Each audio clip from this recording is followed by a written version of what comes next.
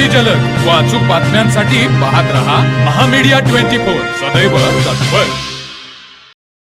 कोल्हापूर जिल्ह्यात गेल्या काही दिवसांपासून घरफोडी, शेतातील केबल आणि MIDC मधील कारखान्यांमध्ये होणाऱ्या चोरीच्या घटनांनी मोठी खळबळ उडवून दिली होती।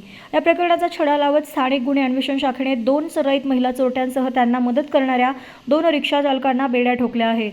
या कारवाईत पोलिसांनी एकूण 8,50,470 रुपयांचा मुद्देमाल जप्त केला असून यामुळे जिल्ह्यातील 6 मोठे गुन्हे उघडकीस आले आहेत।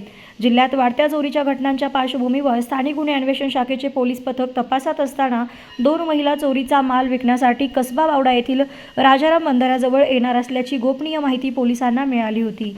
या माहितीनुसार पोलिसांनी राजाराम बंधाऱ्याजवळ सापळा रचला।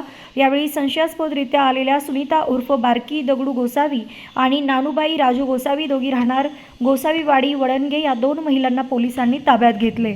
त्यांच्याकडे अधिक चौकशी केली असता चोरीचा माल विक्री करण्यासाठी त्यांना मदत करणारे रिक्षाचालक अण्णासाहेब चौगुले राहणार कनेरीवाडी आणि संजय सोमा सरवदे राहणार राजेंद्र नगर यांची नावे समोर आली। पोलिसांनी तात्काळ या दोघांनाही अटक केली। आरोपींकडून चोरीचे विविध साहित्य, रोख रक्कम आणि गुन्ह्यात वापरलेल्या 2 रिक्षा असा एकूण 8.5 लाखांचा मुद्देमाल जप्त करण्यात आला आहे। या टोळीच्या अटकेमुळे गोकुळ शिरगाव पोलीस ठाण्याच्या हद्दीतील 3 गुन्हे आणि करवीर पोलीस ठाण्याच्या हद्दीतील 3 गुन्हे असे एकूण 6 गुन्हे उघडकीस आले आहेत। या महिला चोरट्या अत्यंत सराईतपणे घरफोड्या आणि कारखान्यातील चोऱ्या करत असल्याचे तपासात निष्पन्न झाले आहे। स्थानिक गुन्हे अन्वेषण शाखेच्या या धडक कारवाईमुळे चोरट्यांचे धाबे दणाणले आहेत। तर मग चला सबस्क्राईब करायला विसरू नका महामीडिया 24 न्यूज चॅनलला। महामीडिया 24 सदैव तत्पर।